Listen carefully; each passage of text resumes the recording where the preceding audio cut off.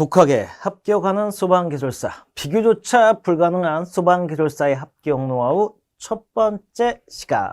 자, 소방기술사의 전망 한번 살펴볼게요. 전망이 어떨까요? 파란색, 빨간색, 좋냐, 낮냐? 인터넷 서핑을 하다가 느낀 건데요. 왜곡된 정보가 상당히 많더라고요. 자기가 기술사래. 근데 저분은 왜 저런 얘기를 하지? 아닌 것 같아. 보통 아닌 사람들이 기술사의 전망을 얘기하다 보니까 많이 왜곡된 정보를 많이 가지고 계시죠. 그 중에 부정이 몇 프로나 될까요? 부정이 한 80%, 긍정이 20%막 둘이 싸우더라고요. 예전에는 이제 열정이 있어서 막 중계도 하고 아닌 거 사실 잡아주고 했는데 시간 지나니까 뭐 똑같아지더라고요. 여러분들이 소방교사의 전망을 할 때는, 전망을 예상할 때는 소방기술사한테 물어보세요. 어떤 기술사야? 자, 소방기술사 중에도 잘 나가는 소방기술사, 못 나가는 소방기술사 있겠죠. 잘 나가는 소방기술사에게 물어봐야 전망이 보여요. 이상하고 왜곡되고 막 이렇게 막 헐뜯는 이런 사람들은 절대 그 전망을 알 수가 없어요. 자, 제가 정확히 전망을 가르쳐 드리고 하겠습니다. 자, 첫 번째, 이제 근래에 소방기술사에 관심이 많아지고 있어요. 왜 그럴까요? 큰 화재가 나고요. 그 다음에 이 가연물이 시간이 지나면 지날수록 많이 쌓여 있어요. 그 다음에 이게 화재가 나면 너무 크다 보니까 인명사고도 항상 발생해요. 그 다음에 건물이 또 높아지니까 높아지는 데서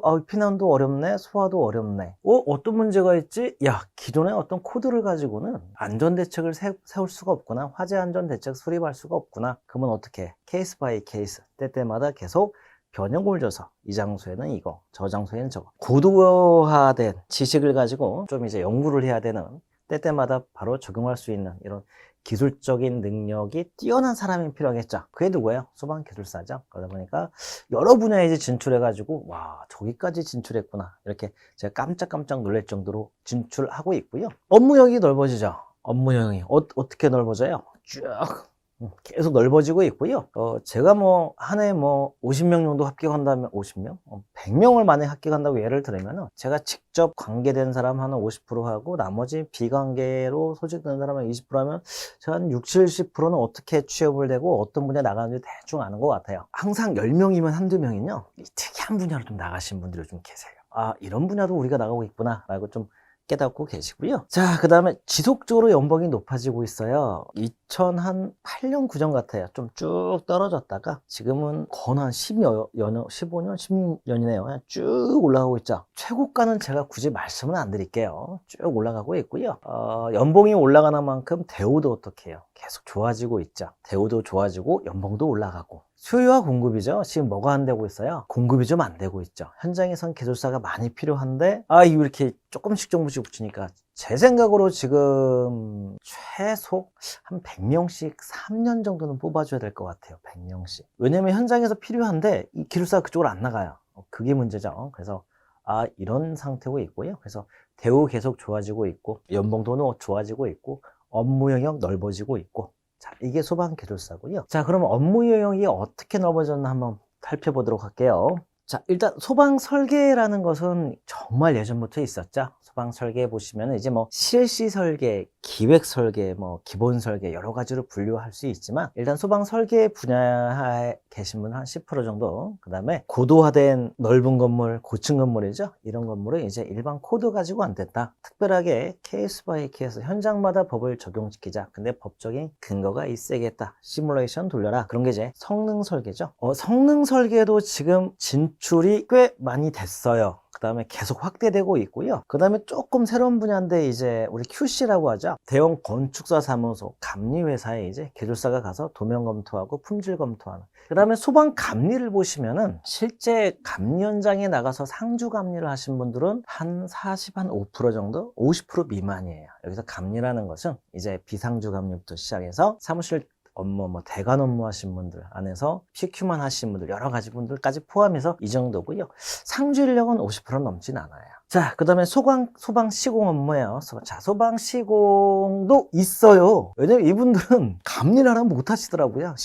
자기는 시공이 좋다고 해서 정말 드물게 시공하시는 분이 계시고요. 이분이 제일 많이 벌죠. 모 건설사 같으면은 마이스터? 이렇게 해가지고 한 분씩 계셔가지고 이제 현장 돌아다니면서 계속 컨설팅 해주고, 문제 생기면은 해서 또 보완해주고 기술적인 지도해주고 이런 것들 하신 분들 계시고요. 자, 교육 및 컨설팅이에요. 우리가 이제 기술사 따시고 이제 학계에 가고 싶으셔서 박사 하시고 이제 정규 교수님을 하신 분들 계시고요. 아니면 기술사 가시고 보통 기술사를 가지고 많이 하시는 게 이제 겸임 교수를 많이 하고 계시죠. 저는 이력서 냈다가 잘렸어요.